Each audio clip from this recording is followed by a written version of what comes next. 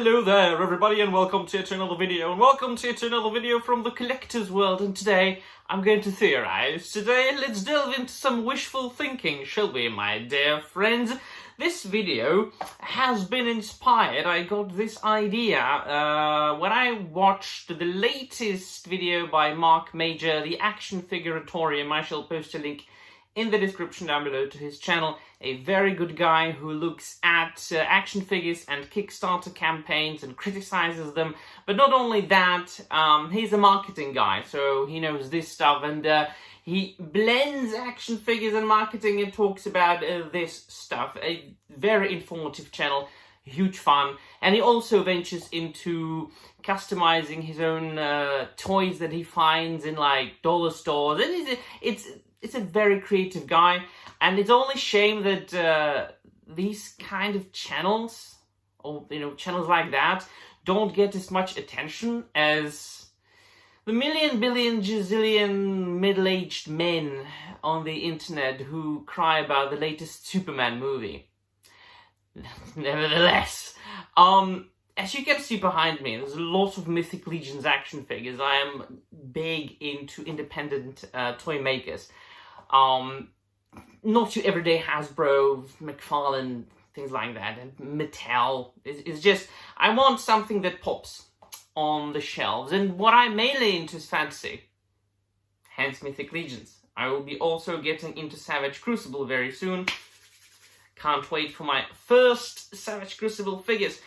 And this video that he made was about a recent Kickstarter campaign. The Legends of Ramayan, something like that. You will see it in the video that I'll post in the description down below. And what it is characters from Indian mythology. Now, the Four Horsemen toy design, by the way, they have worked on the campaign, as Mark said in the video, hugely. So it's really figures that could be compared to Mythic Legions when they are produced, if they are produced. And the Four Horsemen toy design, they are also venturing from time to time into different myths and legends and folklore through their Figura Obscura line, which doesn't only produce figures of mythology, like their recent venture into it, Ganesha, once again, Indian mythology, but they've also done Monkey King, which I have. Is one of my favorite figures as far as the production and the design and the colors, and it's really good. I'm just looking at it right now, and he's looking at me, and it looks fantastic. And they've also done some Egyptian mythology guys, and they are very good at it. I mean, their action figures are top-notch quality. That's why I've got so many of them. And that's when I thought, yeah, I mean, wake me up when somebody decides to make a proper action figure line based on European mythology, like Norse mythology, Celtic mythology, Slavic mythology, and folklore. There are literally hundreds of action figures that you can produce based on just Europe and its myths and legends. And let us please focus on Central and Western and Northern Europe. I'm not talking about Southern Europe. We've got, I know, people have made Greek and Roman mythology action figures, fine. But what I'm also talking about is the faithfulness to the original myths. Now, I know it's not easy.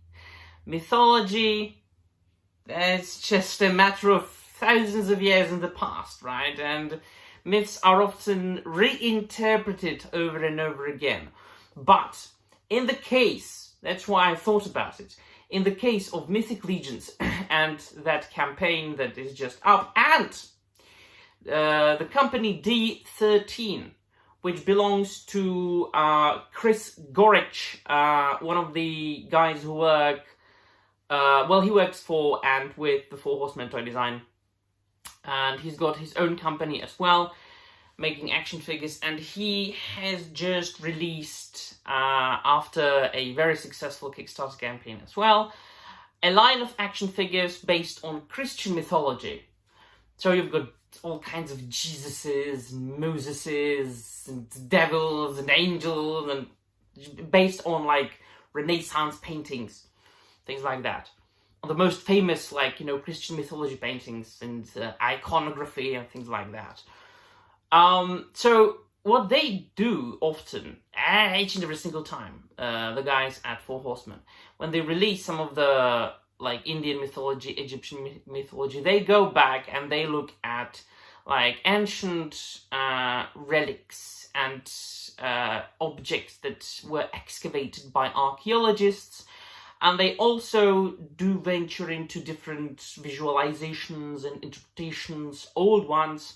And they always say, like the most recent cases with the Monkey King and with Ganesha, they said, we contacted people in those countries and we consulted these things with them because we don't want to insult them, right?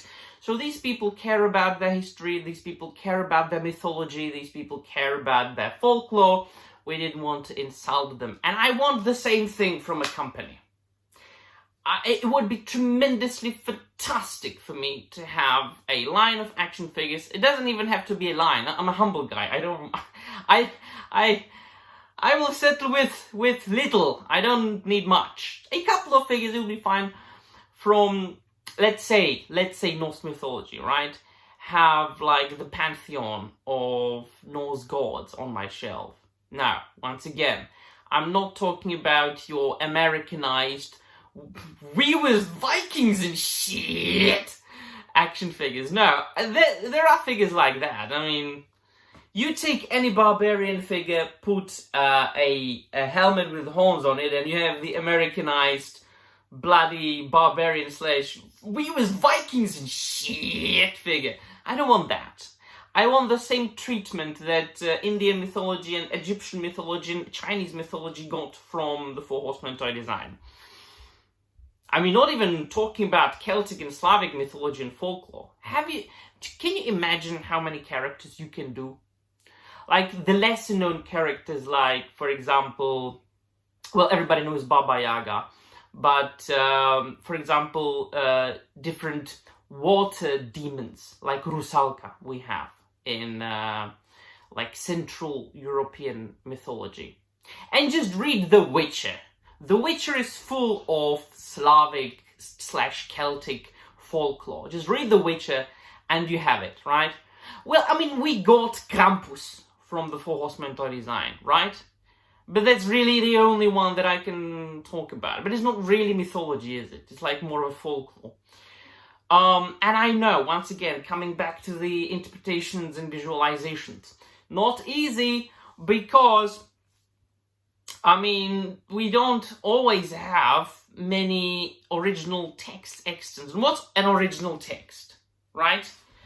Because most of the texts about, well, all of them actually, the original texts about that are kind of like remnants of old European mythology, the original European mythology, the pagan myths and legends.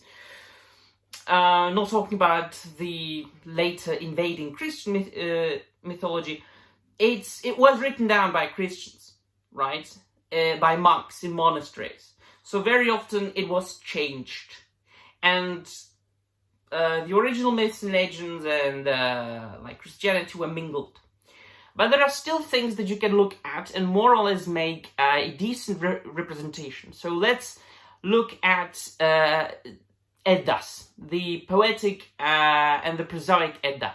Let's just take that. Or different Icelandic sagas, in which very often those gods are described. Gods and Valkyries, characters of this sort.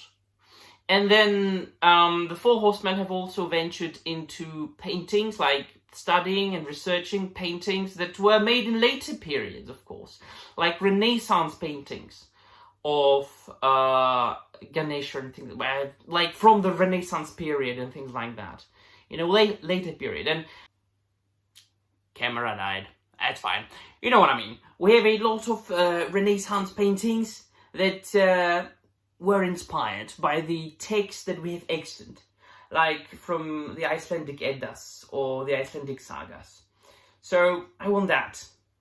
Maybe I will see the day when the Four Horsemen will do a figura obscura of Thor, for example. Not imaginative enough, well, so isn't Ganesha. I mean, it's like a character from a myth, and I want something like that.